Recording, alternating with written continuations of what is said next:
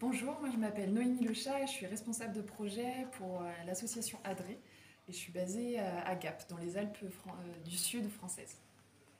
Bonjour, Elsa Vacheron, responsable projet au sein de l'ADRE pour l'antenne de Chambéry dans les Alpes du Nord françaises. Et Chloé Billot, responsable de projet pour l'antenne de Gap, Alpes du Sud pour l'association ADRE.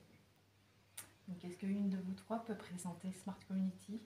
Alors moi j'ai plutôt présenté l'ADRE dans un premier temps.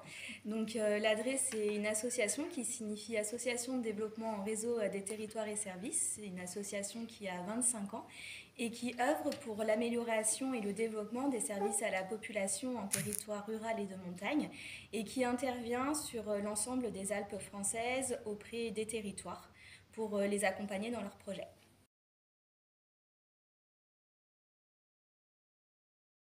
Du projet Smart Community, donc à l'échelle française, on accompagne deux territoires pilotes, donc la communauté de communes des Baronnies Entrant-Provençal et la communauté de communes du Guillestre-Queyras, chacune sur des thématiques différentes. Donc dans les Baronnies Entrant-Provençal, autour de trois axes qui sont les trois reliés, la mobilité, avec sur un territoire rural la question de l'autosolisme et donc comment on règle aussi cette problématique avec d'autres formes de mobilité.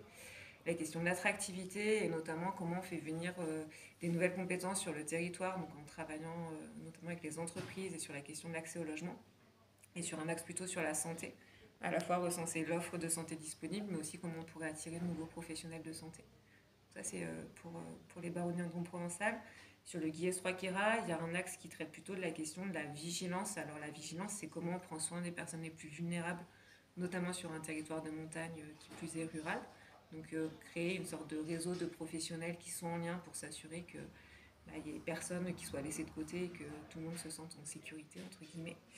Et là aussi un axe sur le logement, mais qui n'est pas traité de la même manière que sur le premier territoire pilote, qui est plutôt sur un focus de comment on travaille avec les propriétaires, notamment les propriétaires de résidences secondaires, sur le réchauffement de ce qu'on appelle les lits froids, donc les lits qui sont peu occupés dans l'année, et peut-être la rénovation du bâti en vue de remettre en location sur de l'habitat permanent pour faire venir des populations.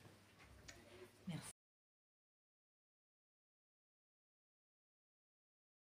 Donc nous, en tant qu'association qui travaille sur le massif alpin français, on voit des initiatives, des problématiques et il y a vraiment cette idée de pouvoir s'enrichir d'apports, de partage, d'aller voir ce qui se passe ailleurs.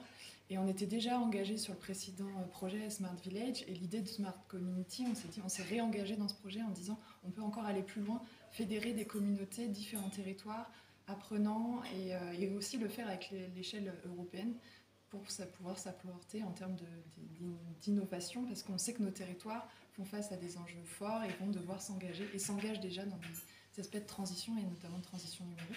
Donc pour nous, c'était important de pouvoir à la fois accompagner des territoires pilotes, mais aussi faire ces passerelles avec d'autres territoires à l'échelle de la France, mais aussi avec des partenaires européens. Et ce sera le cas bientôt aussi avec l'accueil des partenaires européens en France pour une visite d'études.